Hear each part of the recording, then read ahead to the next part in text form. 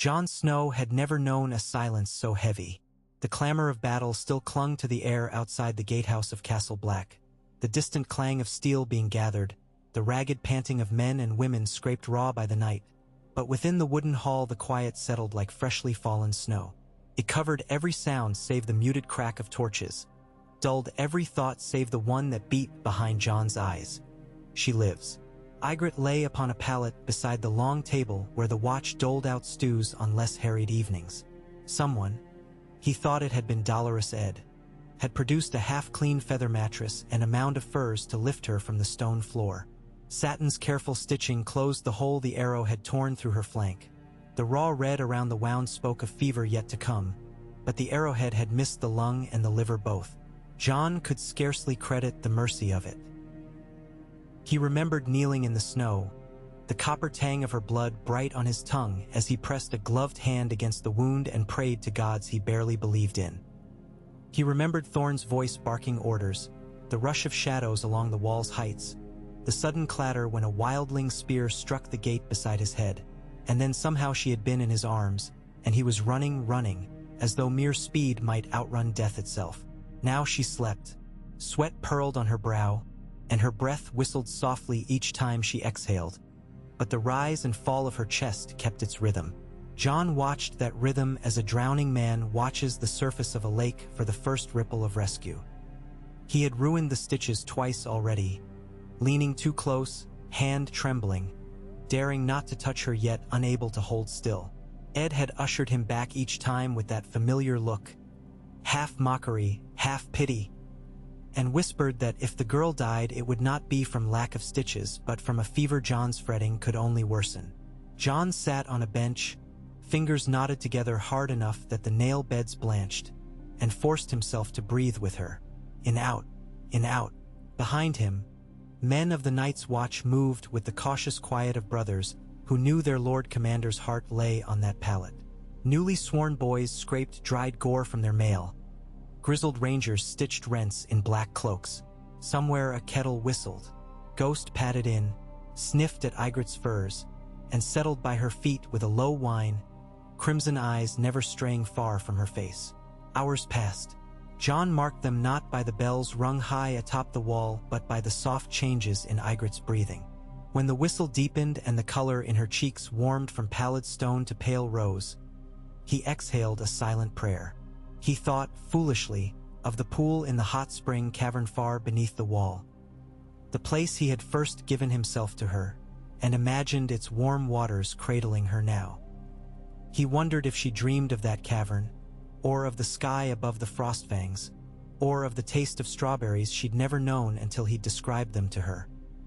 He wondered whether she would wake and curse him for leaving, or smile that crooked smile that had undone him more thoroughly than any spear. At dusk Maester Aemon came, staff tapping a slow path to the pallet. The old man knelt with a grace that shamed younger bones, pressed parchment-thin fingers to Ygritte's brow, and murmured words Jon could not hear. When he rose, he turned sightless eyes toward Jon, as if he saw the truth of him better than any other. "The fever will climb," Aemon said. "It may break, it may not. But the arrow spared the organs that cannot be mended. She has a chance, Jon Snow, and a chance is more than many who fought last night possess." Jon swallowed. "What must I do?" "Stay by her when you can. Keep her warm. Speak to her. The dying often hear us better than the living." Aemon's wrinkled hand found Jon's shoulder. "And forgive yourself if you are able. That is harder than any stitch." When the maester left, Jon gathered his courage, rose, and sank to his knees beside the pallet. Ygritte's damp hair clung to her temples. The vivid red dulled now to rust in the torchlight, and her lashes fluttered with each breath. Jon brushed a strand aside with a touch as light as snowflake to skin. "You're not to die," he whispered. "I forbid it. You said once you'd have me vow it proper, with moss and mistletoe. I'll vow anything if you'll open your eyes." A faint tremor played at the corner of her mouth. Jon held his breath. Was it a dream's jest, or the hint of waking? He waited, heart hammering. Nothing more came. Ghost's ears twitched. The dire wolf lifted his snout, scenting the air, then rested his head upon his paws once more. Jon set a hand over Ygritte's, surprised anew by how small it seemed within his scarred palm. He remembered the first time she had placed that hand upon his chest, the shock of warmth through cold nights, the way her calluses mirrored his own. In that moment he had thought he might lay down every oath he'd ever sworn if it meant feeling her skin upon his again. Now, with the oaths reclaimed and redoubled, he felt the truth of them bind him to the marrow. She is mine to protect, he thought, whatever comes, even if the world calls it treason. He dozed in the small hours, cheek pillowed on folded arms at her side. Dreams plagued him. A wall of ice crumbling beneath dragonfire. A heart tree bleeding sap the color of rose petals. Ygritte walking away across a field of pink snow, arrow shafts sprouting from her back like the spines of some wounded elk. He woke to the press of dawn chill and the sound of a ragged cough. Ygritte's eyes were half open, glazed, unseeing, but open, and her lips moved. Jon leaned so close their foreheads nearly touched. "Water," she rasped. He scrambled for the cup Ed had left, sloshed water from a skin, cooled it with a breath, and held it to her mouth. She sipped, coughed again, sipped once more. When the cup was half empty she sighed and let her eyes beat upon him, clarity dawning like sunrise over frost. "You," she breathed. "Me," he said, and nothing more in all the tongues of men could have held such promise. 3 days later the fever broke. Satin stripped the furs, doused her in tepid water, and wrapped her anew. Jon watched color return to her lips, strength to the hand that curled about his fingers. On the 5th dawn she spoke more than a word. "Where am I?" "In the hall behind the gatehouse," Jon said. "Castle Black. Still a crow's keep." Her smile, weak though it was, cut the chill from his bones. "They let a spear wife rest easy inside these walls? They let the king beyond the wall kneel here, after you burned his tent and took his spear," Jon reminded her. "You're gentler company." She frowned as if uncertain that gentleness suited her, then let her gaze drift over the hall. Brothers glanced away, abashed to be caught staring. Giants, she might have laughed once, the way they hulking black forms skulked, but now she only sighed. "Many dead. Too many," Jon said. "Thorn among them. Gren, Pyp, their names lodged in his throat. But the wall holds." "And what holds you, Jon Snow?" He started. She had fixed him with that hawk stare again, the stare that knew when he lied before he spoke. He might have answered with duty or honor, but those words felt thin. He laid his palm over hers. "You do," he said. Ygritte's cheeks flushed warmer than fever. That evening Stannis Baratheon rode into the yard ahead of 2,000 men. Jon watched from the parapet while the king's banners unfurled crimson and gold below a sky graying with snow. Stannis came to fight the wildlings. He found a field of corpses, a battered watch, and a captive king on his knees. But he also found Jon Snow, bastard son of Eddard Stark, whose words carried the weight of Winterfell even without the crown of Robb Stark's broken realm. Stannis listened to Jon's counsel about the free folk, listened even when Jon spoke of the need for mercy, of lands south of the gift that lay fallow, of how the ancient enemy rose again in the shadows beyond the wall. It was not mercy alone that moved the king. Jon saw calculation flicker behind the man's stern eyes, but he also saw respect, and respect could be forged into alliance. When Stannis demanded hostages to ensure the wildlings would not rise again, Ygritte volunteered before Jon could open his mouth. "I've shared your crow's bed," she said, voice carrying across the yard. "Let me share his chains." Jon's protest died when he saw the tilt of her chin. Ygritte had never knelt to a king. She would not kneel now save on terms of her own choosing. In the end Stannis accepted her not as hostage but as emissary.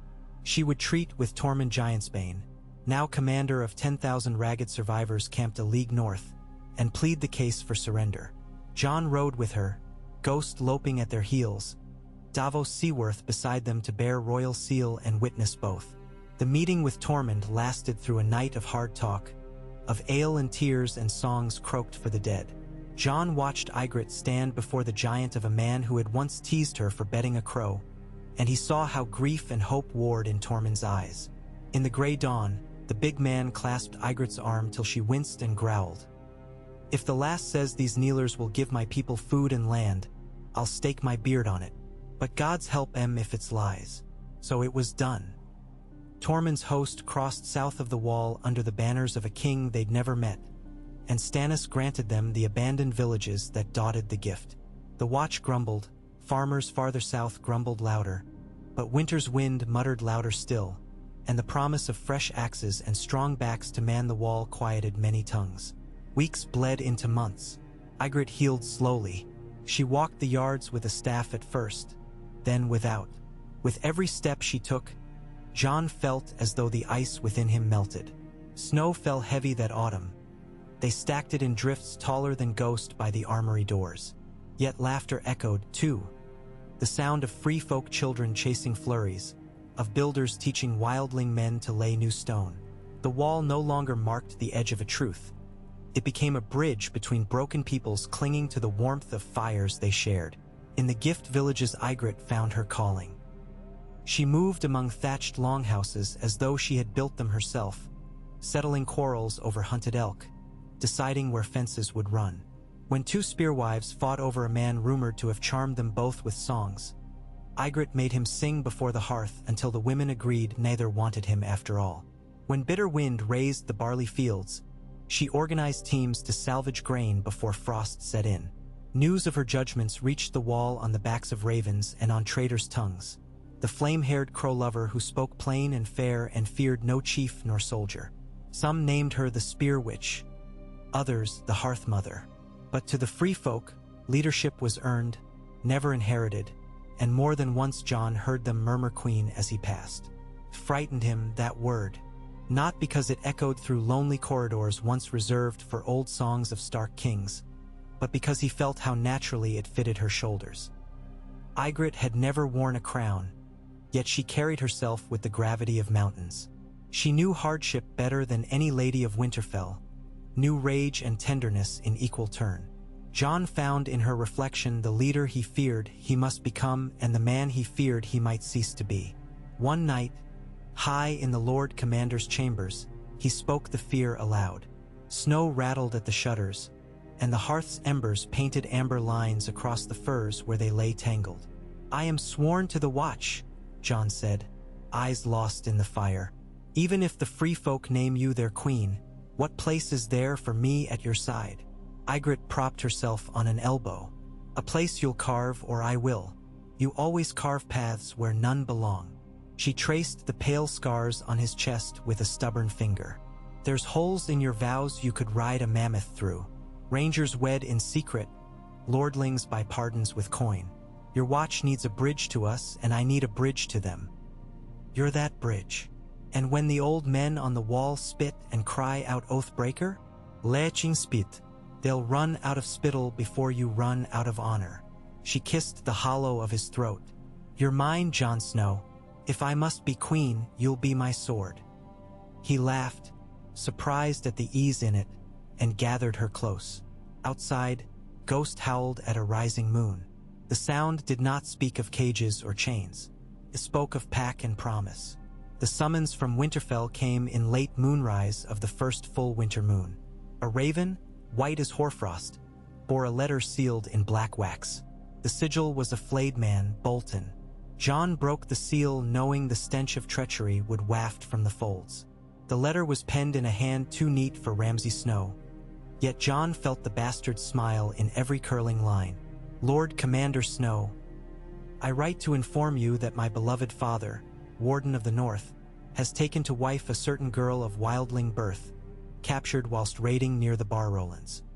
He intends to parade this savage before his bannermen at the harvest feast, to prove the mercy of House Bolton. Yet mercy must have its limits. Should the crows of Castle Black encroach upon northern affairs, my mercy for them will wither like autumn leaves. Know this. The North remembers its oaths to Winterfell no more. The flayed man flies higher. Lord Ramsay Bolton." Jon felt the chill beyond any winter wind. Roose Bolton wed a spear wife? It reeked of theater, a hostage displayed as wife, a trophy mounted upon a rampart. He remembered the stories of Ramsay's hunts, how he loosed women in woods so his hounds might savor the chase. Something heavy and dark pressed upon his lungs. When Ygritte read the letter, her knuckles whitened.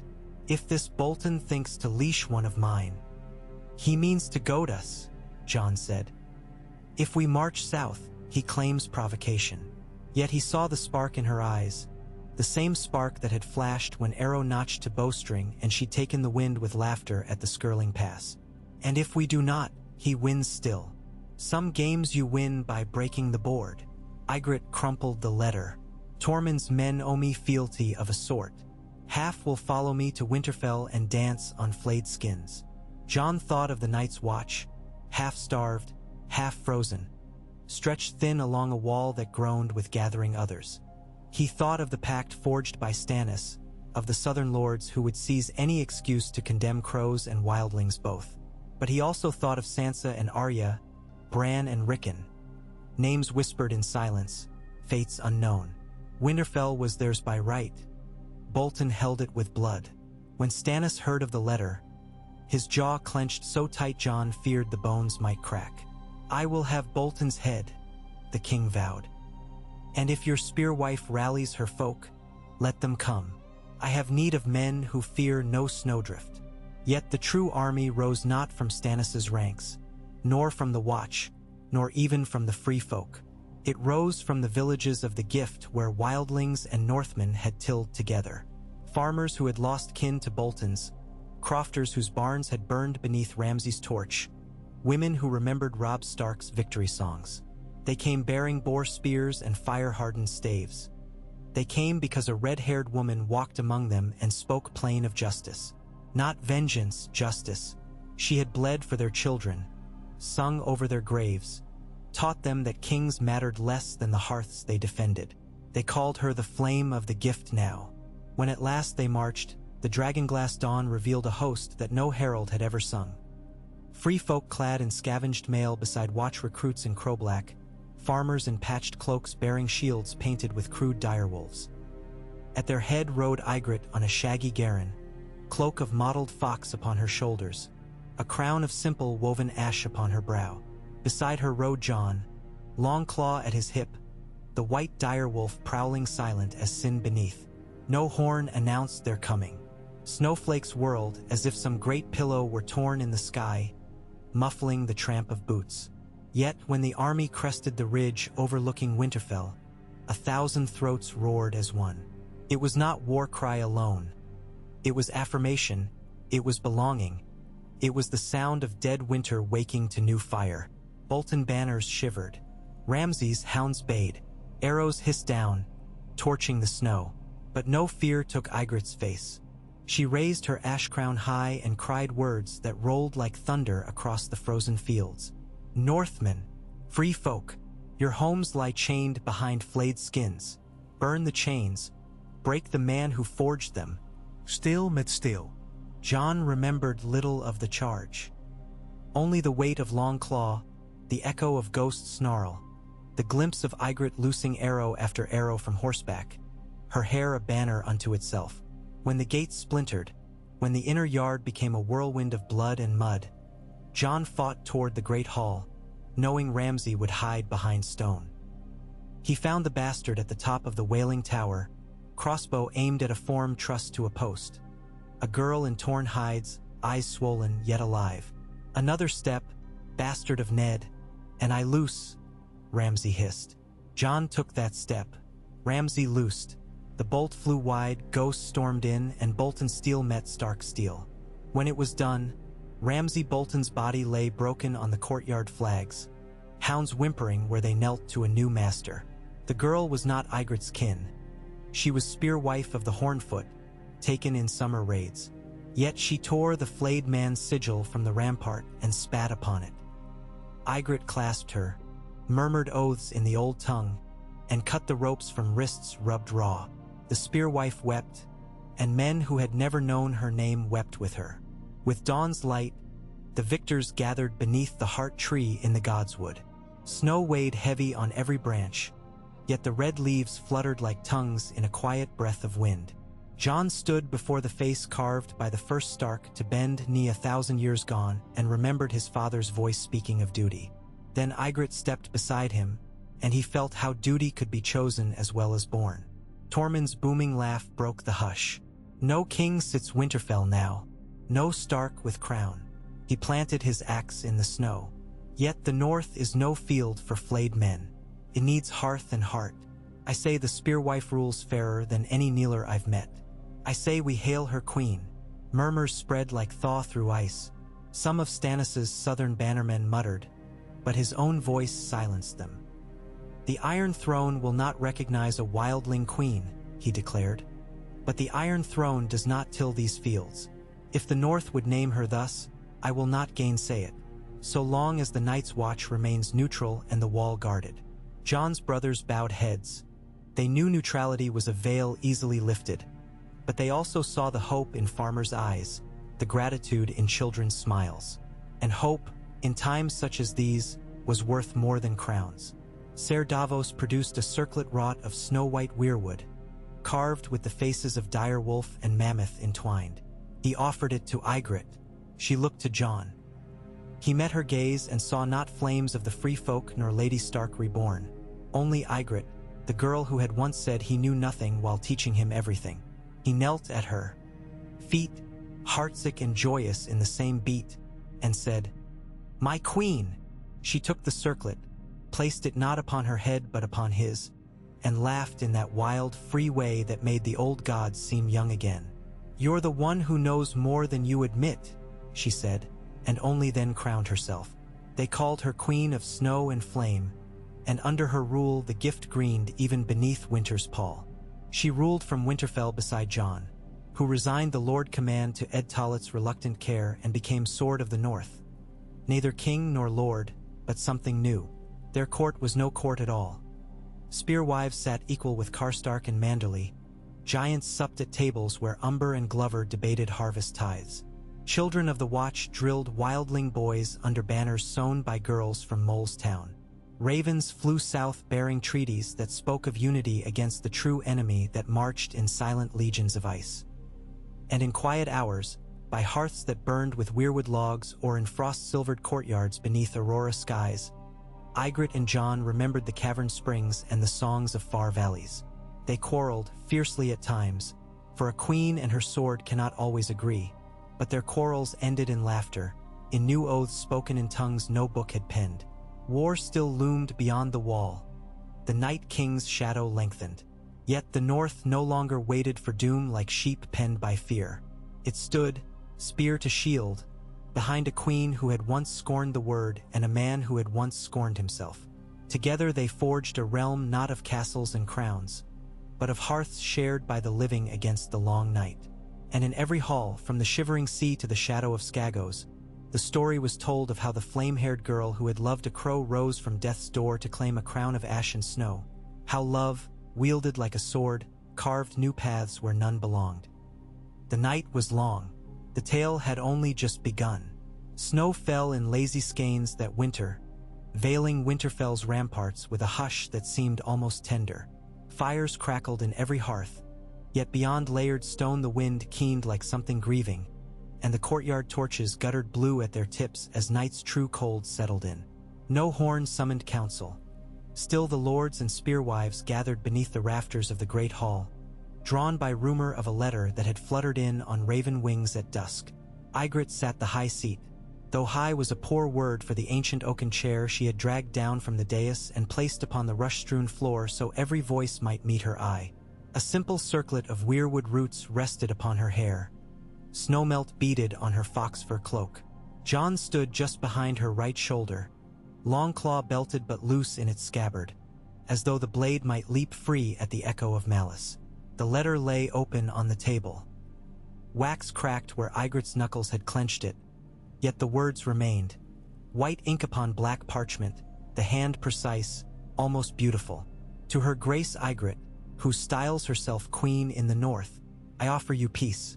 Save the lives of your spearwives, your kneelers, and the bastard you call Sword. Bend the knee to my sweet queen and be forgiven your trespass. Refuse, and winter will not be the only storm to scour your hearths. Signed, Cersei of House Lannister, Queen of the Seven Kingdoms, Protector of. Ygritte had torn through the rest. "I'm no crow to peck grain from a golden lion's paw," she said, voice flat as frozen earth. "If her Southron storm crosses the neck, she'll find the north a mountain, not a field." A murmur rose. Lord Manderly, cloak of sea-green velvet brushing the rushes, laid meaty hands upon the table. "Your Grace, hard though it is to credit, the Lannister Queen has forces yet. The Iron Throne still commands the Reach, Old Town's ships, what remains of the Crownlands." His jowls quivered. "Our coffers are thin. We arm small folk with scythes. Against southern steel." Ygritte's glare felled his tongue. "Your coffers filled with stark coin fat as butter once. Where was that steel when my folk froze on the wrong side of your wall? We have more than scythes, Lord of White Harbor." She rose, and the hall's troubled whispers guttered like candle flame. "We have giants. We have wolf and bear and mammoth. We have the Watch, some of them anyway, and half your own sons and daughters who've learned a free tongue these moons past. And we have truth of what walks in the night. Let Queen Cersei march on Winterfell if she dares. I hope her banners make a pretty line of corpses to greet the others when they come." Jon felt the ripple of pride surge through the crowd like heat from the hearth. Even Manderly bowed his head. Yet pride alone would not fill granaries or hammer spearheads. When the hall cleared, Ygritte lingered by the embers. Jon watched smoky light play across her cheekbones and thought how each day since her coronation carved new resolve into that face. Nights they would collapse together beneath furs so heavy the weight stole breath. But when dawn's gray seeped through oiled vellum panes, she was already dressing, already planning relief wagons for Last River or grain levies from White Harbor. He feared the crown siphoned her strength even as it magnified it. "5 lords argued themselves hoarse," she said softly once the last guardsman had shut the door. "And not one spoke of the wights Bran warns of." Jon laid a hand on her shoulder. "They're men. Men fear what they can touch. Southern swords, Lannister coin, those are shapes they know. The dead are a story until they smell the corpse. Then we'll make the smell travel," she muttered, but her smile flickered when she turned. "Come. I've no heart for figures tonight. Tell me a thing of green fields."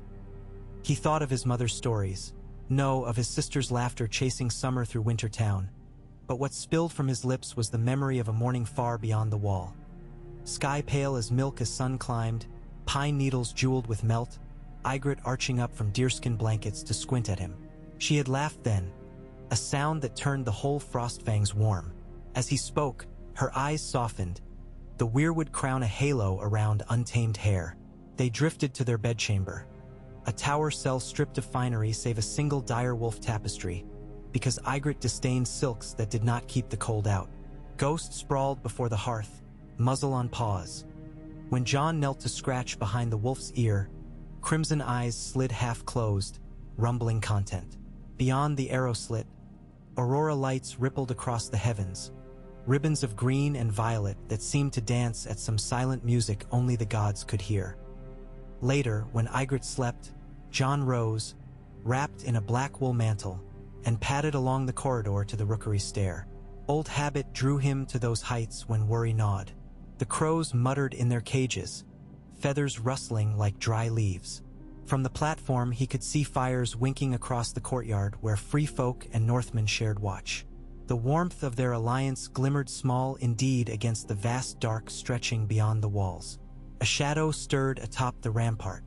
"Your Grace would freeze his balls off brooding up here nightly," said Ed Tollett.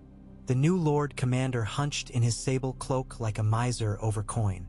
"If balls he still possesses, having given them to the red-haired queen along with everything else." Jon managed a smile. "Better freeze than rust, Ed." Spoken like a true Stark. Ed's breath smoked. "Ravens tonight from Eastwatch. 2 fishing cogs never made harbor.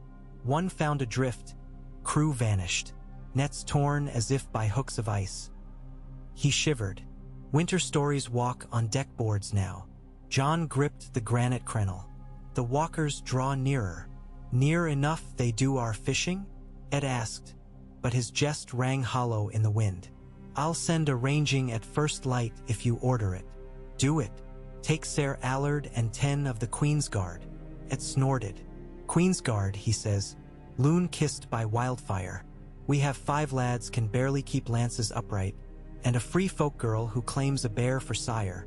Take Jarina Snow, then, John said. She tracked elk across White Knife in winter's teeth. She'll scent foes. He clenched his jaw. I must ride south at dawn. Ed's brow rose. South? To what warm hell? White Harbor, John told him, though the name was only half the truth. I need ships, wheat, smiths who know castle steel. If Circe marches, we must answer before the southern harvest fattens her soldiers. And if the dead march while you barter rusty anchors, then I will send ravens to call every soul north. We fight on broken ground or we're bones in the snow. Ed nodded once, slow. Pray your queen keeps warm till you return. John prayed, and in his heart the prayer clutched hard as a mailed fist, for he had seen what winter did to hope.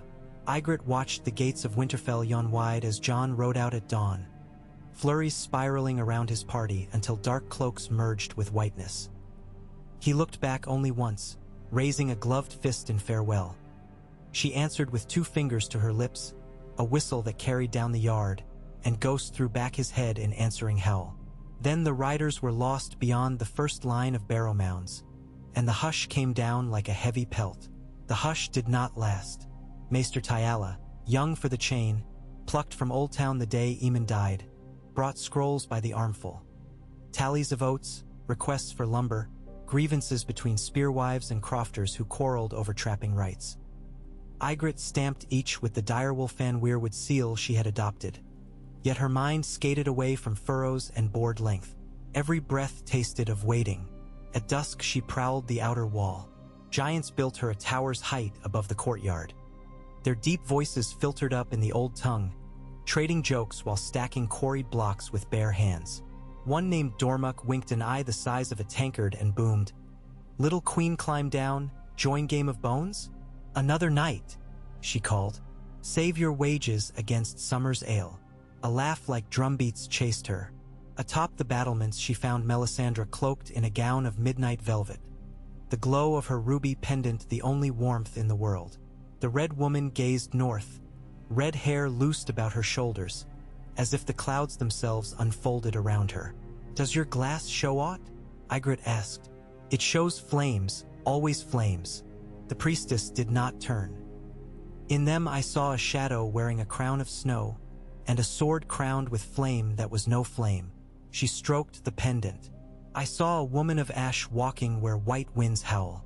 She bore a babe in her belly who kicked like summer thunder. I do not know if these visions are truth or trickery." Ygritte's hand drifted to her stomach. She dropped it at once. "Keep your babe dreams, Fire Witch. I have more battles than moons between my legs before I whelp." Melisandre's colorless eyes flicked over her. "Battles heed no wounds." "But prophecy is a sly thing. It bites when least expected." The ruby pulsed. "The wall shudders, my queen. Something stirs in the night fort. An ancient door gnaws its own hinges." Her lips twisted. "I would have your leave to ride there. Take my flames to old ghosts." "Take a guard," Ygritte said. "The night fort eats men. And women." Melisandre bowed like shadow on snow. "I shall cast my fire upon its stones. Pray they swallow darkness, not light." Ygritte watched the priestess depart, cloak whispering across new-fallen snow. Night fort, cursed fortress where mad axe stalked halls and the rat cook served princes in pies. If sorcery rooted there, she would rather it burned. She spent that night in the training yard sparring against spearwives. Ice crusted in their braids. Laughter cracked as bright as their splintered practice spears. When moon rose silver, she dismissed the others and fought alone, drilling the bull's spear forms her father taught her as a child. Low sweep, thrust to liver, bind and twist. Sweat steamed off her shoulders until the bastions seemed to sway. Only when her limbs trembled did she cast the spear aside and climb the stairs to bed. Yet sleep would not have her. It toyed with her eyelids, then abandoned her to thoughts of John's cloak brushing White Harbor's wharfs, of southerners whispering against the wildling queen, of huntsmen breathing too hard in rooms where fire dimmed. At last she rose, padded barefoot to the arrow slit, and stared northward. The aurora lay hidden tonight. Only the stars glimmered, hard as arrowheads against black velvet. Somewhere beneath those stars, an enemy without face or mercy marched through woods older than the first man's memory. She pressed her palm to the cold stone and promised the wind, "When you come, I'll meet you spear in hand." John's ride to White Harbor took 4 days. Storms gnawed the coast. Twice they sheltered in half-buried farmsteads where women offered thin broth and thinner smiles but would not accept coin. "Food's worth more than silver, Lord," said one, ladling leek soup. "But if your queen keeps the dead away, you take the pot." At the city gates banners snapped. The merman of Manderley upon teal cloth, limbs stained by salt spray. John's escort wound through streets crowded with fisherfolk patching nets by lantern light, sailors unloading sacks of barley destined for winter stores. Smells of smoked cod, tallow, and dung churned the air. At the Wolf's Den, ancestral keep-turned guesthouse, Lord Wyman received him with courtly flourish, though his flesh hung looser since last they met. "A throne of snow suits you, Lord, pardon, Sir John," Manderley said over honeyed wine. "We hear the spear wife speaks plain. Plain speech rusts fine ears, but famine rusts all. White Harbor will send wheat." His smile thinned. "But ships? We guard our own now. Ironborn prowl again." John pressed. "We must ferry dragonglass from Dragonstone. The Queen's smiths know little of Valyrian work." Lord Wyman's brows climbed. "Dragonglass? You think children's tales swing swords?" "I've seen children's tales walk in rags of frost," John said, voice low. He spoke of hard home, of whites crawling up the wall's face, of blue eyes burning where no life burned. When he fell silent, the candles seemed to sputter. Manderley leaned back. "I'll send 3 cogs if the sea lane's clear. But my levy men join your host only when my city's secure. Ironborn sail black banners up Blazewater Bay. Cut those raiders off and you'll have my oars." So John turned east along the Bight with a band of 30 Manderley spears, new gift archers, and the bare-blood girl Ygritte Snow. On the second night, a gray gale rose, lashing spray across deckboards, and lanterns swung like drunkards on gallows. Dawn found them near the crags of Seahorse Point, where black-sail longships rode waves beneath a pallid sky. The Ironborn were already drunk on song, counting nets of grain and casks of oil stolen from a lighthouse hamlet whose beacon now smoldered ruin. John's cog slammed hull to hull before the raiders grasped the threat. Ghost leapt the rail like white fury incarnate, and the battle that followed was wild as a summer tempest. John fought knee-deep in seawater, boots slipping, long claw carving arcs of moonbright steel. Ygritte slid beneath an axeman's swing and hamstrung him, then vaulted the fallen to slit another throat. Arrows hissed across rigging. One lodged in John's pauldron, another grazed his brow. Salt blinded him until only sound guided blade to bone. When the deck ceased tilting with blows, 16 Ironborn lay dead, 5 tossed to sharks, and the rest chained. The lighthouse beacon they rekindled that night, stuffing its brazier with pitch and cloth until flames licked stars. John's blood still hummed when Ygritte found him on the cliff's edge, wind combing her coal-black hair. "You dance a pretty sword," she rasped. He glanced at the cut on her cheek. "And you, a savage knife," she shrugged. "Bare whispers guide my hand." At dawn, ravens winged to White Harbor bearing news of the raid's rout. 2 days later, Manderley mustered 5 grain galleys and a retired warcog named the Silver Seal to haul Dragonglass south. John knew the voyage would take weeks, but each block of that gleaming black stone meant a life saved when the dead rose. As the Seal's sails dipped beneath horizon, he turned hooves north again, anxious to return before tales of iron victory were cold. He did not know that Melisandre had not returned to Winterfell, nor that the Night Fort's gates now hung open like a wound upon the world. On the 20th day of John's absence, a hush hung heavier than any before. Maester Tyala's ravens circled restless, refusing roost until feed time. Hounds pricked ears at corners where shadows pooled. Ygritte rose before dawn to oversee arms drills, yet her gut tugged southward to the forest road. By midday Tormund rode in astride a shaggy white elk, beard rimed with frost. "Which fire glows in the night fort windows?" he told her in the yard, dismounting with a grunt. "Red and blue flicker flicker. Asked 3 lads to ride and look. Found none come back. Smell of rot on the wind, girl." Ygritte tightened her belt. "We ride at once." Tormund grinned. "Thought that'd be your song." He jerked a thumb at a burlap sack slung across the elk's flank. "Brought your pointy stick. Figure you'd need Morin crown for what waits there." Inside the sack lay the weirwood-hafted spear Jon commissioned after the Hardhome horror. Dragonglass blade black as moonless water, edges sharper than truth. Ygritte hefted it. The spear felt alive, humming faint beneath her palm. She gathered 50, wolf-helm men, spearwives painted with ash, a handful of black brothers who swore guard, and before the sun-kissed horizon they cantered through Last Hearth's deserted crofts toward the night fort's looming silhouette. The keep squatted like a blind giant against the wall's black cliff, its gatehouse half-collapsed, its towers listing. Yet as they neared, light pulsed behind arrow slits. Red one moment, blue the next, merging in sickly violet. Snow muffled hoofbeats. Only the horses' labored breaths and the creak of leather straps disturbed the hush. Ravens watched from skeletal trees, eyes gleaming red. At the main arch, the iron-bound doors gaped. Frost feathered the lintels in patterns like shattered glass. Inside lay a hall of echoes, flagstones slick with shadow, chandeliers drooping icicle daggers.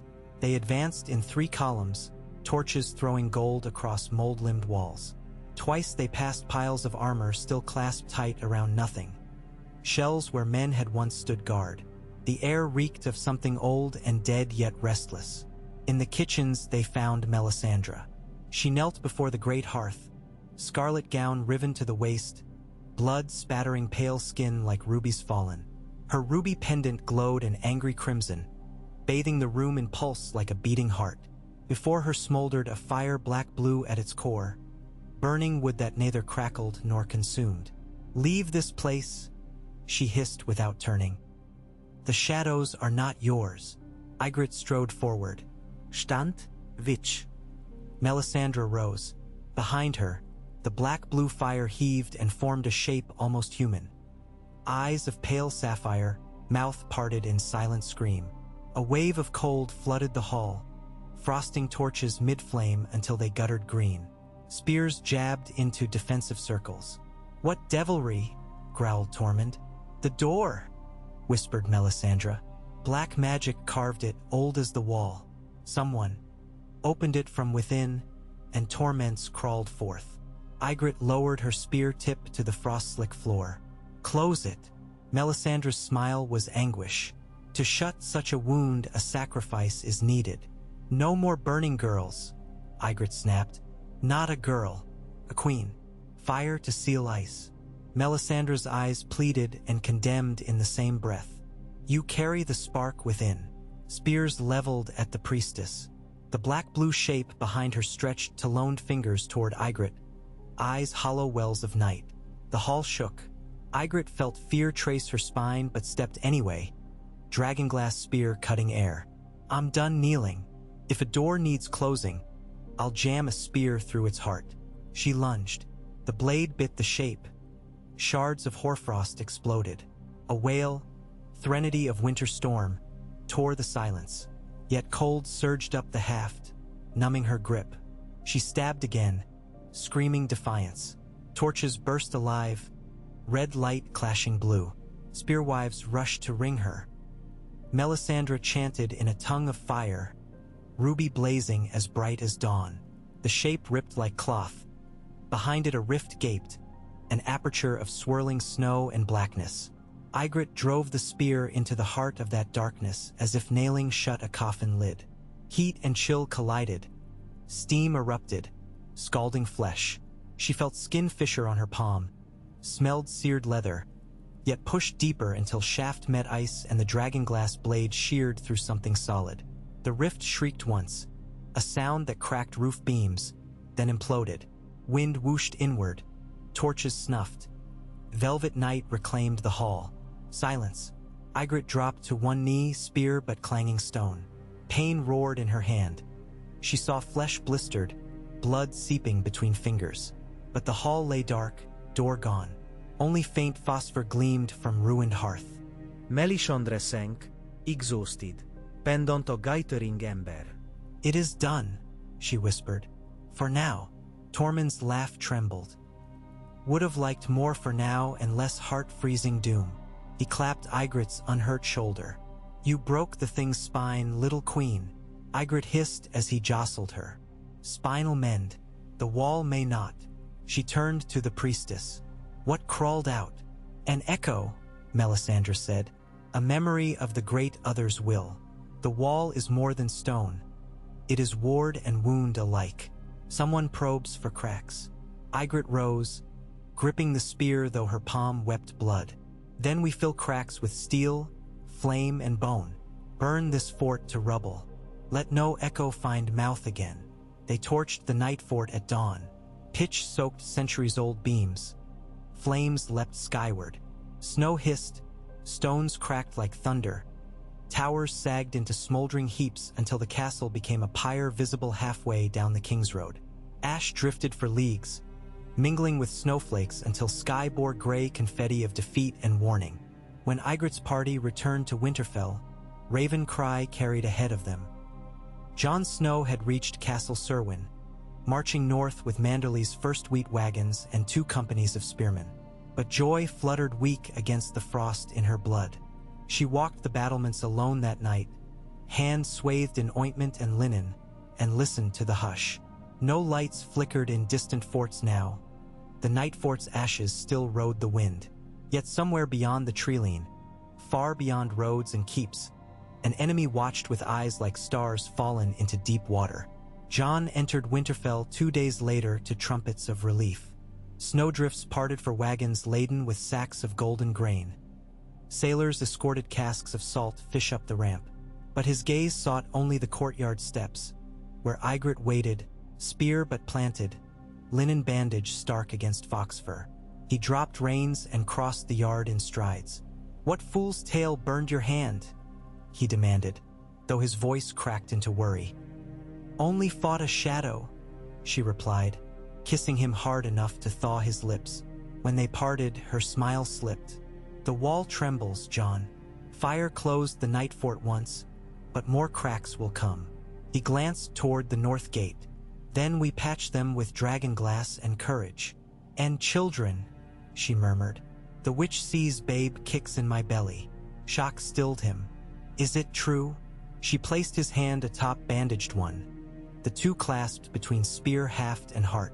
I don't know, but if fire grows here, she tapped her stomach, I'll wield it as I do any spear.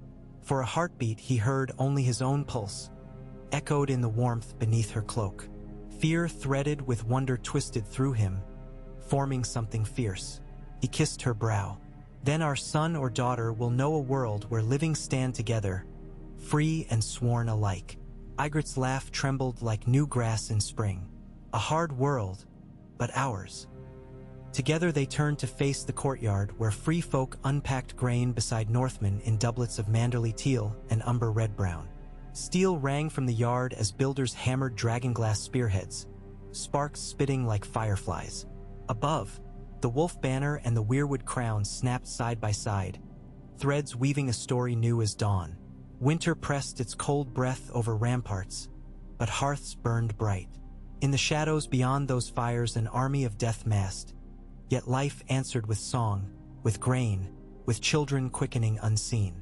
And high upon the battlement, Queen Ygritte of the North, spear in scarred hand, watched night's edge and whispered, "Come at me, darkness. This realm has teeth now." Her words drifted on the wind, tangled in snowflakes, and though the wind carried them into a silence vast as the world, the silence did not answer, because even silence listens when a queen speaks truth.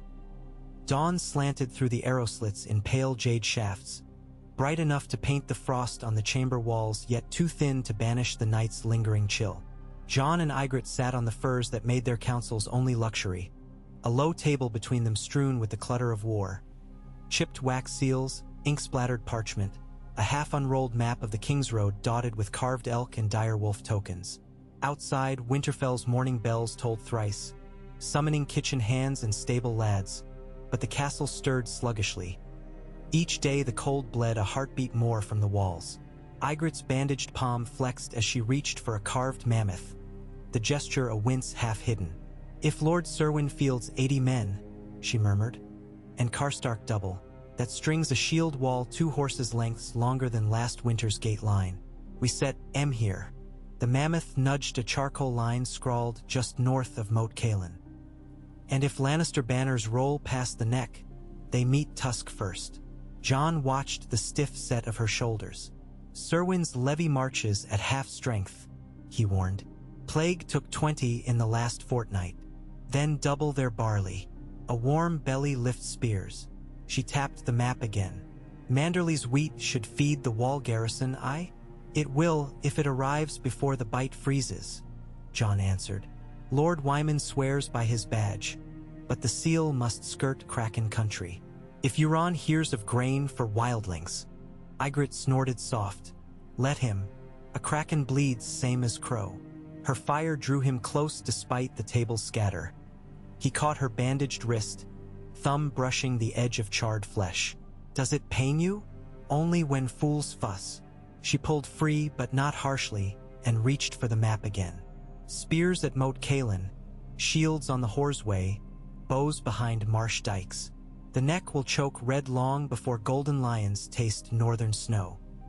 Jon admired the weave of her plan. Free folk skirmishers along riverbanks, small folk levies out of Flint's Finger, Karstark riders screening the inland flank. To southern eyes it would seem chaos, no glittering ranks or mailed knights. Yet the chaos hid pattern. The pattern sang with the land's own harsh rhythm. He could almost hear Robb's quiet hum of approval from those days in the Whispering Wood. He added a direwolf token south of Barrowton. "I ride here tomorrow to treat with Lady Dustin. Her men know the Barrowlands better than any.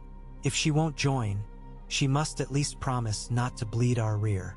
Ygritte's smile was a flash of teeth. "Take Ghost, and Jarina Bearblood as escort. Southern ladies fear a woman who smells of bear piss." He laughed, then glanced at parchment bearing Stannis' stag sigil.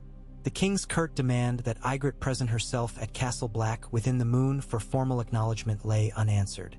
Jon's smile bent. "Stannis will not wait forever." "Let him stew," she said.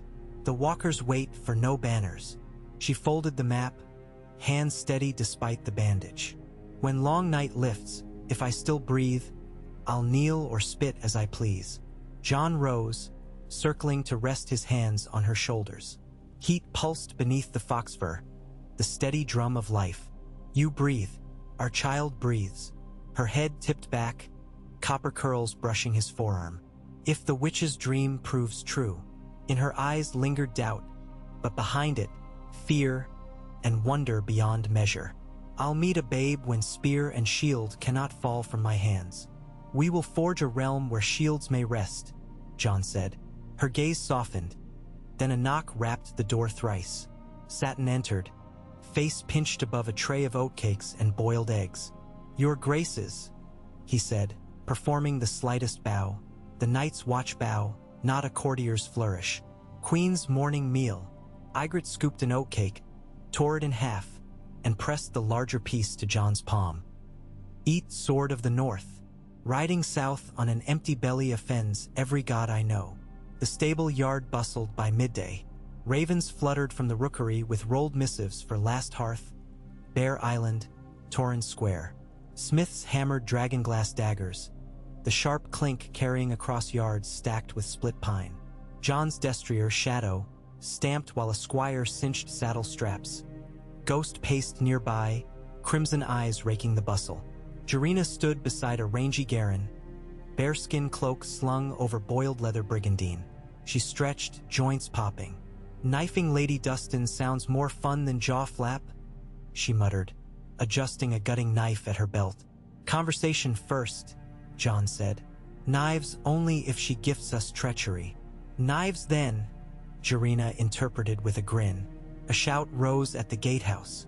Riders approached, gray-cloaked scouts galloping hard enough to splash churned snow against the inner walls. Jon strode forward. The lead scout's horse lathered white about the reins. Its rider swayed but remained upright as he flung a salute. "Lord Snow," he gasped. "Ravens lost. We rode through night. White harbor, smoke at sea. Black sails, kraken banners. Euron Greyjoy has broken the seal." Jon's fist closed on Ghost's scruff. "When?" 2 dawns passed. Seal engulfet, mast aflame. Manderley's grain galleys scattered. One drove aground at Maiden's Bar. The others fled upriver. Ironborn longships sweep the coast. Clamor swelled through the yard. Men cursed, horses whickered. Jon's mind leapt. Supplies, escort, lost grain. Ygritte's battle lines would starve before winter's heart. Jarina spat. Kraken piss-eaters. Jon barked for the scout to find warm drink. Then he mounted Shadow and urged the stallion into a trot toward the great hall. Torchbearers parted. Banners snapped overhead. Inside, Ygritte heard his footfalls before he called. Lifting her chin from the council table were new commands unfurled like battlements on parchment. "Euron," Jon said, voice flat. "I felt the sky sour." She rose, fury gathering. "How many ships?" "Unknown. Enough to sink the seal." Silence cut between them. Then Ygritte rolled up parchment, slid it tight into a bone tube. "My plan bends. We feed from White Knife granaries instead. I ride northeast at once and pull half the garrison to guard caravans." Jon shook his head. "The walkers prowl and the neck remains open. We cannot shear our center for grain." "So you ride storms alone?" She kicked back her chair. It hit rushes with a thud. "Not alone." He drew a quick breath. "Stannis sails from Eastwatch with 5 galleys." His ravens spoke of doubt. "He fears your independence, but he hates krakens worse than free queens. If I stand beside him against Euron, he may yet swear to our cause openly." Ygritte's jaw worked. "You'd stand by the king who gave you shackles, fight Ironborn at sea. Someone must save the grain and the dragonglass. Without both, no Northman lives to see another harvest. Stannis's warships are the only keels near swift enough to bar Euron's retreat." His fists tightened. "And I learned to hate krakens long before I found love in your spear." She closed the distance, rested her unbandaged hand on his chest. "You sail east, I ride south. The realm splits. It will hold." He caught her fingers. "You hold it." Her lashes flickered. 5 days, she whispered. 5 days to chase krakens and return. Any longer and I hunt your ghost." He smiled, though the twist in his gut felt like dread. "I'll keep to shore like a cautious gull." In the yard, horns blew thrice, signal for urgent muster. Jon squeezed her hand once, hard. Then he turned, cloak flaring, and strode to ready his men. The riverlands south of Barrowton stretched flat and white under a pewter sky. Ygritte's column, 300 horse, most astride hardy mountain stock, rode in lean files, kicking powdery drifts behind. At their head, Hareth Snow of Long Barrow bore a banner of direwolf rampant over weirwood branches. Behind him rode Dormuck the giant, his draft horse staggering under his weight until he dismounted to stride on foot. Spearwives flanked axemen. Archers rode wagons laden with tar-pit arrows and bags of boiled leather patch. Ygritte rode a chestnut mare she'd named Whisper for the hush of her hooves. By midday they reached a rise from which the ruins of the houses of the first men freckled the horizon. Barrow mounds grass-bare under wind scouring. Winter sun glinted off a black river that snaked through reeds toward the neck. Atop the rise stood a lone rider draped in silver mail. As Ygritte's vanguard approached, the rider raised a gloved hand and removed her helm. "My Lady Sansa?" breathed Hareth. The woman kicked her palfrey forward. Crimson hair loose in the wind framed a face older, sterner than the girl Jon once described, yet unmistakably stark. She halted a spear's length from Ygritte, eyes flicking to the weirwood crown. "I sought my brother," she said, voice raw with travel dust. I find his queen. Ygritte swung down lightly, boots crunching crusted snow. You stand in free company. Speak plain. What seeks Sansa Stark? Refuge. Sansa's lips tightened. And purpose. I rode from the Vale after Lord Baelish's protection. Became another cage. The airy whispers of lions marching. I bring 70 Vale Lancers who chose wolf over falcon. At her wave, riders emerged from the treeline. Men clad in sky-blue cloaks, Vicini's winged lance on shields. They looked weary, but their ranks held tidy lines. Ygritte's brow arched. I've need of shields that hold. March with us to Moat Cailin. There I treat with Barrowton's Dust Queen. After Winterfell bears your packs. Sansa dismounted, eyes scanning wildling leathers and giant stride alike. Her gaze rested on Dormuck, who grinned a craggy grin and offered a bow that nearly toppled a pine. A tremor crossed her lips. Shock or laughter, Ygritte could not tell. Then lead on, Sansa said, and tell me of Jon. They rode side by side as the sun dipped west. Ygritte spoke of Jon's journey to sea, of grain galleys and kraken raids. Sansa listened, gloved hands clenched on reins. When Ygritte mentioned the child that might yet quicken, Sansa's eyes glistened. It was always his dream, she whispered. A home, a hearth he could name his own. Dreams cut their own throats in this world, Ygritte said, though her chest warmed at the thought. But we forge ours from iron, not wish. Sansa nodded. Teach me that forge. Night gathered. They camped among the barrows, pitching hide tents between ancient cairns whose stones bore lichen the color of old bones. Fires cracked. Smoke drifted lazily into a wind stagnant as breath held too long. Ygritte patrolled the perimeter with Hareth snow until the hush grew heavy. No owl hooted, no fox barked. The hair at her nape bristled. Something's off, she muttered. Then a scream knifed the dark. They wheeled. A sentry post, little more than a tall boulder, now swarmed with figures pale against the flames. Whites, flesh half chewed away, clambered over the rocks like ants. One leapt upon a Vale Lancer, teeth sinking into throat. Another raised a rusted sword and hacked at a spearwife's arm. Ygritte loosed an arrow before thought, dragonglass tip flashing. The shaft pierced skull. The white dropped. Horns bellowed. Sansa emerged from her tent with a lamp in hand, eyes wide, as Jarina roared orders. Glass to the heads! Fire to the meat! Archer lipich ragdars, shaftised, trellingamber. Dormuck swung a tree trunk like a flail, smashing blue-eyed corpses into showers of splintered bone. More whites spilled from barrow mounds, tearing through soil like worms erupting. The dead of ages past. King buried first men in bronze rings, women sacrificed to old gods, risen by some chilling will. Ygritte vaulted a cairn, spear spinning from palm to palm, the dragonglass blade whistling arcs. Each thrust shattered bone. Yet each kill cost breath, and breath smoked white against the cold. A shriek rose above Battle Din's south ridge. A figure tall as 2 men, clad in shards of ice that glimmered under moon. A walker. Frost spread in a wake around it, the very air whitening. It raised a spear of crystal. Ygritte's legs moved before her mind. She raced, slipping on blood-slick snow, shouting wordless challenge. The walker's head turned, eyes like twin winter suns fixing on her. Its spear whisked. Jarina, lunging to intercept, took the hit full to breastplate. Steel crumpled like boiled leather. She flew backward, stunned but alive. Alive only until a second blow came. Ygritte hurled herself sideways, dragonglass spear extended. The blade caught the walker's forearm. For a heartbeat, ice resisted. Then cracks spidered. A scream like shattering glass rang out, and the limb severed. The walker recoiled, but frost re-spooled around the stump, weaving bone of crystal. She pressed, jabbing again. Yet frost encased her spear tip, dimming its black shine.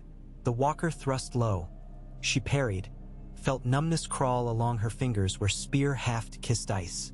Dormuck's roar boomed behind. The giant charged, swinging his tree trunk club. The walker spun, arrow swift, spear carving the giant's thigh. Dormuk stumbled, blood dark on snow. Ygritte fainted left. Then, remembering lessons Jon drilled, pivoted right and rammed her dragonglass through the walker's chest. For a heartbeat, nothing. Then blue eyes brightened, as though stars collapsing, and the walker exploded into shards of rime. A soundless gust knocked her back. When she rose coughing, only a drift of snowflakes remained. Around them, the whites faltered. Some crumbled. Others staggered aimless until pitch arrows found them. Minutes stretched like sinew torn. Then silence reasserted itself, broken only by moans of wounded. Ygritte's breath hitched. She sagged to her knees beside Jarina. The bare-blood woman groaned, breastplate caved but heart beating. Sansa knelt on her other side, pressing cloth to a gash across Ygritte's bicep. "Dragonglass saved us," Sansa's voice trembling. "But they rise everywhere, don't they? Everywhere." Ygritte's heartbeat thundered. She looked at the broken spear haft, dragonglass blade gone, lost in the snow with shards of walker chest. She closed her eyes, felt tears freeze on lashes. One blade gone, hundreds left. But how many walkers awaited? Eastwatch by the sea crouched beneath slate clouds as Jon's party arrived 3 days later. Horses stiff-legged from frozen spray, cheeks wind-burnt raw. Stannis's galleys anchored offshore, dark hulls rolling in steep chop. Dock ropes groaned, black sails rattled. On the plank pier, Davos Seaworth waited, cloak sodden. "My lord, pardon, Sir Jon." Davos clasped forearms in greeting. "His Grace readies the Iron Lady and Fury for sail. But word reached us. Greyjoy sacked Seal Rock, took a daughter of Lord Wyman." Jonsku twisted. "Alia Manderly?" "Aye." Ransom message nailed to her mast. "Flesh for grain." Davos's mouth pinched. "Euron holds her on silence, sailing north along Skago's coast. Then we intercept." Jon scanned harbor. 2 war galleys, 1 battered cog, sailors hauling crates of pitch and scorpions. "We'll need the Wyvern's breath ballista strung on Fury." Davos gave a grim smile. "Already lashed. Sail within the hour." Above Seagate, Melisandre stood beside Stannis, the pair silhouetted by a beacon's flame. Jon's stomach clenched. The Red Woman's presence felt a grim omen after the walker at Nightfort. She descended with stairs with feline grace, red satins fluttering despite wind. Her eyes took him in as priestess might appraise sacrificial flame. "The Kraken stirs old waters," she said. "Yet beneath deeper waves sleeps a darker tide." Jon clenched gloved hands. "If you have foresight, use it to guide our hulls." "I see only shadows," she murmured. "But a shadow may cloak a spear's thrust." Stannis's boots thudded down behind her, his face carved in granite, beard rimed with sea salt. "Lord Snow, you asked for my swords. Now I ask for your wolf. Ghost hunts wind faster than any hawk. Send him scouting the shoreline." Jon set a hand on the direwolf's thick ruff. "He answers to me alone. Then sail him with us. Kraken or snow wraith, I want eyes that never close." Stannis stepped closer, voice dropping.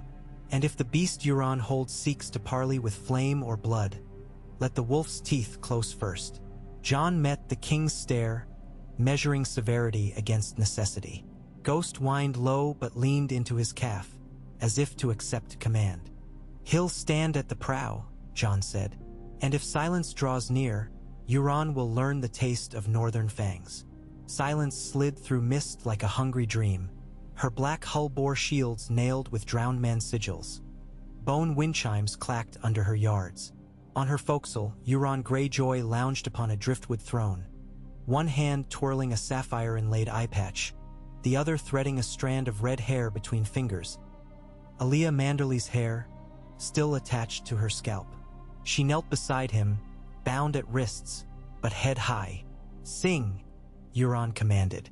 She spat. Blood flecked her lip. He laughed. Far off, a bell tolled across wavering fog. Euron stood, eye narrowing as twin sails materialized off port. The stag-headed Fury and the Iron Lady behind, gliding downwind, hulls healed by canvas spread taut.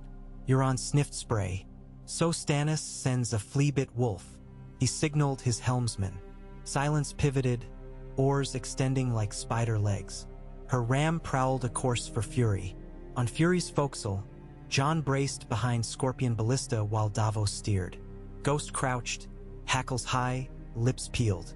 Wind tore at Jon's cloak, brine-stung wounds unhealed. He glimpsed Aaliyah pale against Silence's deck. His chest tightened. Range! Davos shouted over wind. 800 yards. The archer called, eye squinting scope. Hold! Jon ordered. Silence surged, oars biting sea. Wave crests foamed. Fury keened starboard, presenting broadside. Scorpion crew cocked lever arms. Pitch-soaked bolts squatted like slumbering dragons. 600. Ghost sprang onto rail, snarling. Mist parted. Euron's grin gleamed across distance. He raised Aaliyah's braid like pennant. 500. Loose! Jon roared. The first bolt zipped, flaming tail arcing. It struck Silence's prow abaft ram, splintering oak, spattering fire. Wood hissed, but kraken-carved plates deflected flame. 2 more bolts followed, piercing row benches, shredding oars. Ironborn screeched. Euron's men unleashed their own scorpions, corals whistling. One thudded Fury's mast, showering splinters. Another thunked into rail and arm from Jon's hip. Davos barked helm commands. Fury luffed, crossing Silence's course. Iron Lady bore down, ramming starboard. Crunch of hulls. Silence healed. Fighting tops disgorged arrows. Grapnels flew, biting rigging. Jon leapt the gap as ropes drawn taut jerked vessels together. Ghosts sailed beside him, white blur. They landed on Silence amid chaos. Ironborn axes swinging, northern steel flashing. Ghost ripped a reaver's throat. Jon parried a cleaver, riposted through mail. Euron strode through carnage, axe in one hand, cat o' nine tails in the other, patch flipping into place. Blue lips parted around a laugh. Little wolf among krakens, come see the storms I've sailed. Jon met him amid rolling deck. Axe clanged against Valyrian steel. Sparks snapped. Euron's strength jarred Jon's shoulders. Your queen suckles winter and wildling brats, the Kraken King taunted. But I have Salt's favor, and a prince of night to crown me. He drove Jon back. Aaliyah cowered against mast. Ghost lunged. Euron lashed the whip. Barbed hooks tore the direwolf's flank. Ghost yelped, but dove under next blow, fangs closing on calf. Euron grunted, kicked, tearing free with bloody furrows. Jon feinted left, surged right, long claw slicing thigh. Euron bellowed. Wind whipped blood spray. Sailcloth overhead tore as bolt fire spread. Flames licked mast. Storm gods take you. Euron hissed. He ripped free a smoky glass horn slung at hip and blew. A sound like distant glaciers having rolled across sea, setting teeth on edge. Water boiled near hull. Shadows churned, as if something vast answered. Jon slashed hornhand. Longclaw chopped wrist clean. The horn thudded deck. Euron's scream drowned in wind. He swung axe wildly. Jon ducked, drove pommel into patch, shattering socket. Euron reeled. Ghost lunged again, jaws crushing knee. Jon's next strike severed tendons of sword arm. Euron crumpled against rail. A heave of silence pitched them both. Below, shadowy tentacles brushed hull. Creatures summoned by the horn's cry, now orphaned. Jon seized Aaliyah, cutting bonds. Ironborn scattered as the sea itself groaned. Fire! Davos bellowed from fury. Flaming pots arced, smashing Silence's deck. Tar spread. Jon dragged Aaliyah to rail.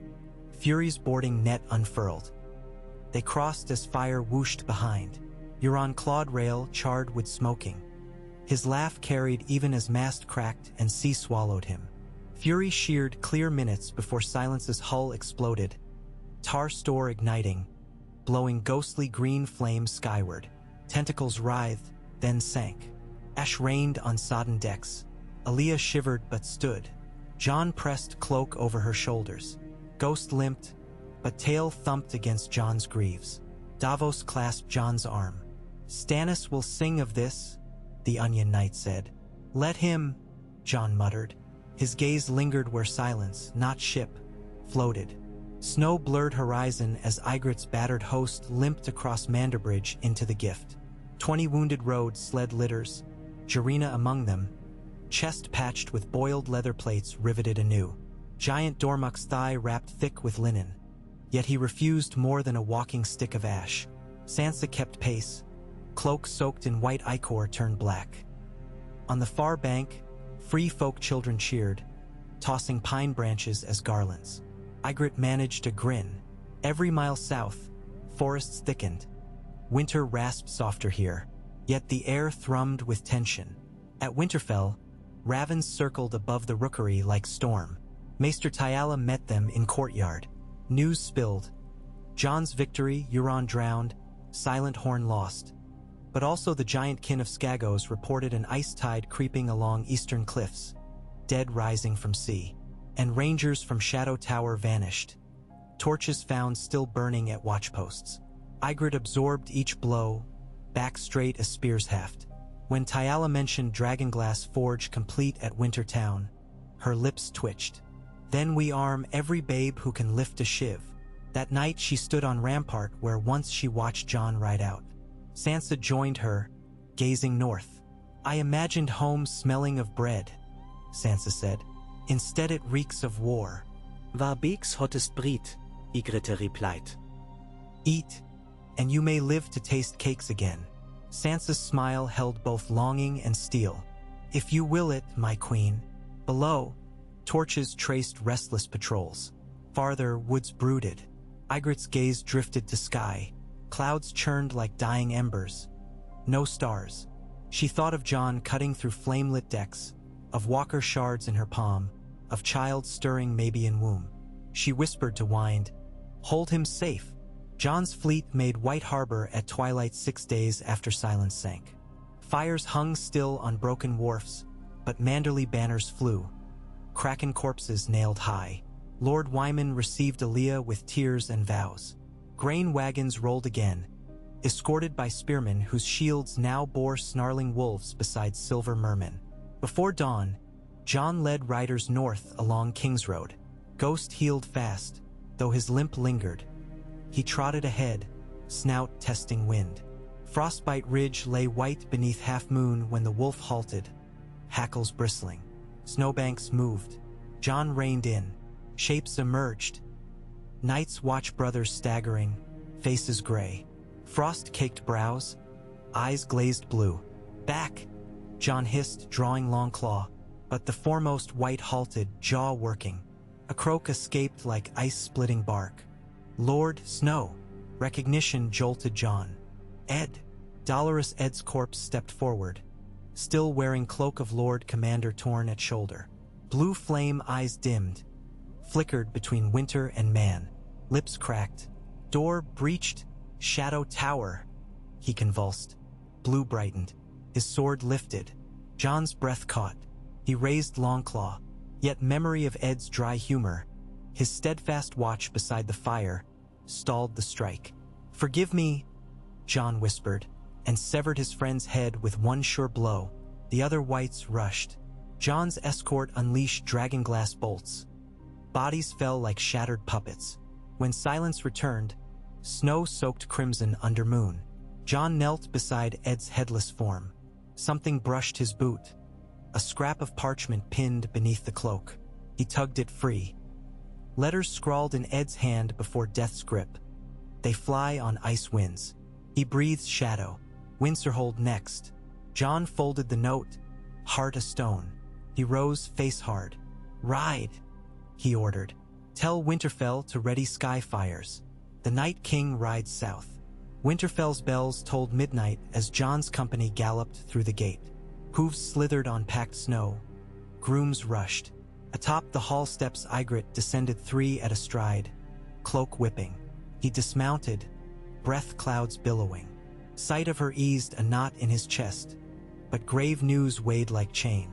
He pressed Ed's note into her hand. She scanned, eyes sharpening. Sky fires, she echoed. If he rides Dragon Thing, we clip wings. Jon nodded. Forge Elder Scorpions with dragon glass bolts. Position on ring wall. Manderley's alchemists brought wildfire jars. We save those for gate breach, she cut in. She lifted her bandaged hand. Stitches split, but she ignored. I lost one spear's blade to a walker. We need more. All the glass Dragonstone coughed. Mines yield little, Jon said. But there may be another trove. Obsidian cliffs on Skagos. Giants speak of caves shining black. Ygritte's eyes flared. You'd sail east again? No, he cupped her cheek. We send trusted wolves. I remain. The Night King comes too swift. She leaned into his palm, exile and home mingling in breath. Then we stand. And should I fall, speak not. He kissed her, salt and snow. Below, ghost howled, a keening note, tool of fate. Dogs answered, giants rumbled. The castle quickened like a heart pumped with battle wine. Through remaining night they prepared.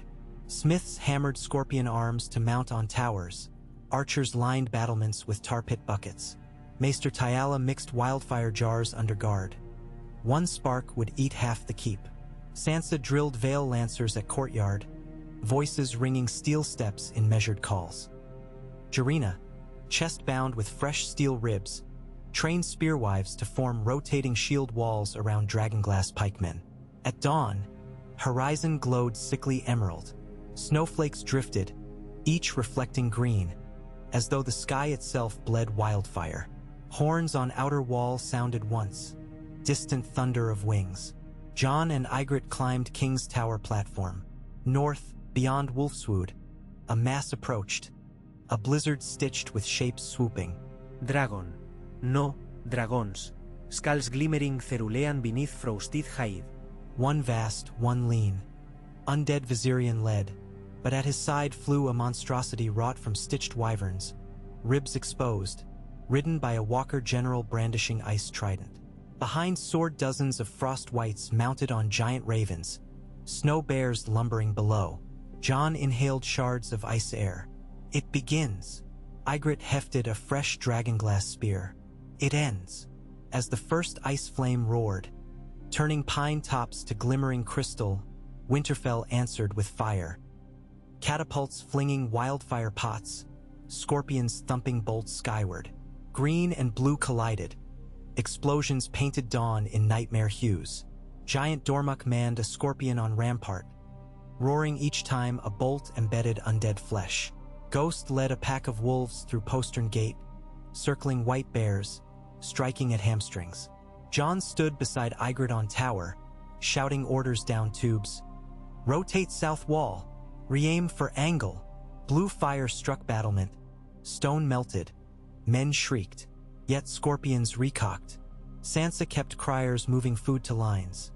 Davos, having ridden through night from White Harbor, led harbor sailors as reserve archers. Maester Tyala's ravens departed with final missives.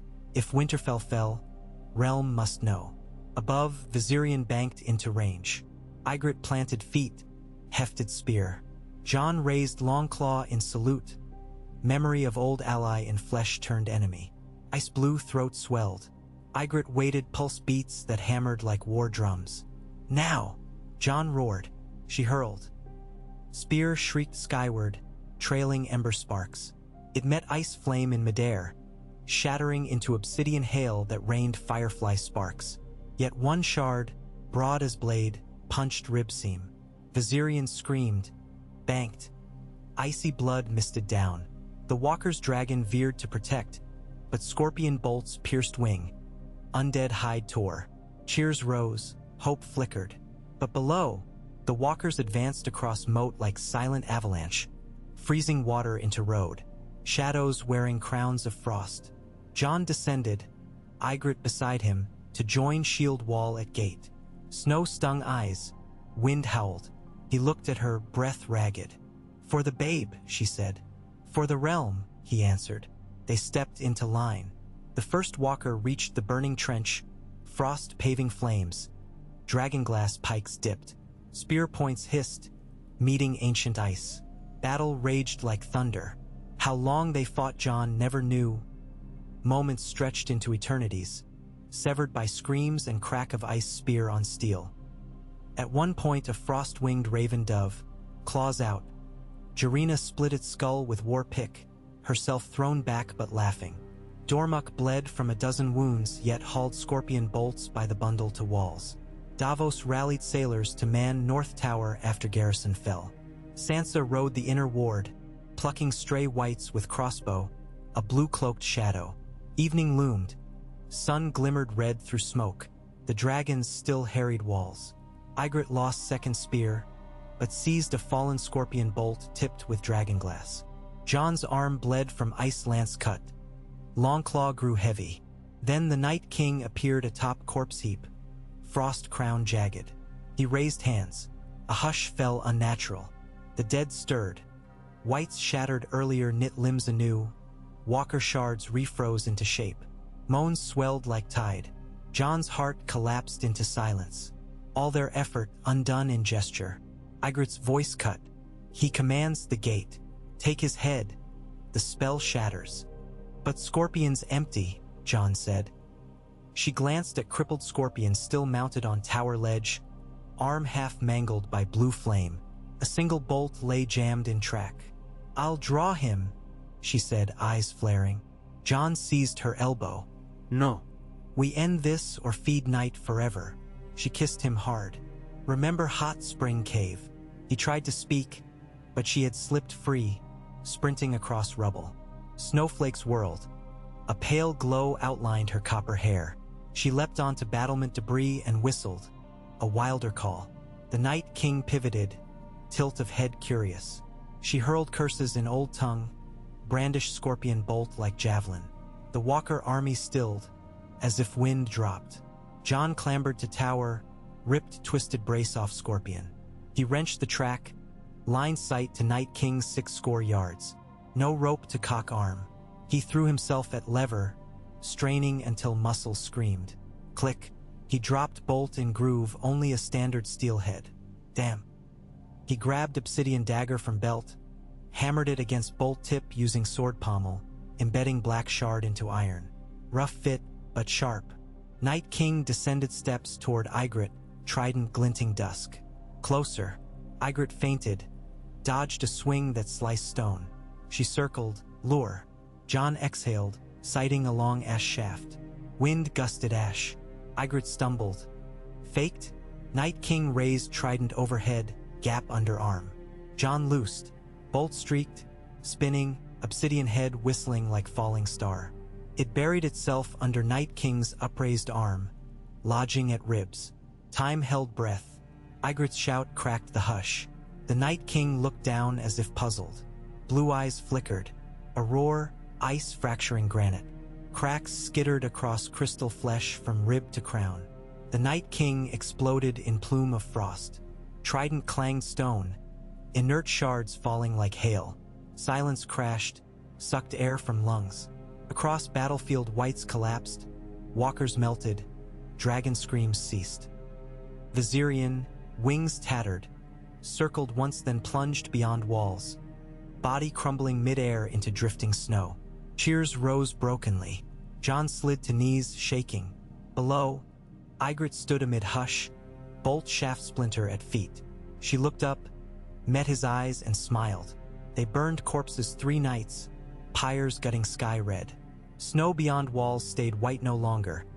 It stained with soot, ash, black lumps of frozen flesh. Maester Tyala mixed salves for wounded. Wildling healers stitched countless cuts. Dormuck bellowed songs to honor dead giants.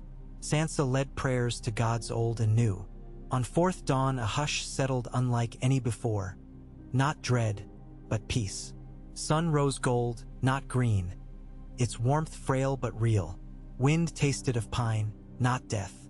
Jon found Ygritte in Godswood, kneeling before Hearttree whose red leaves sparkled with frost dew. She turned as he approached, eyes damp. "Did you pray?" he asked. "I listened."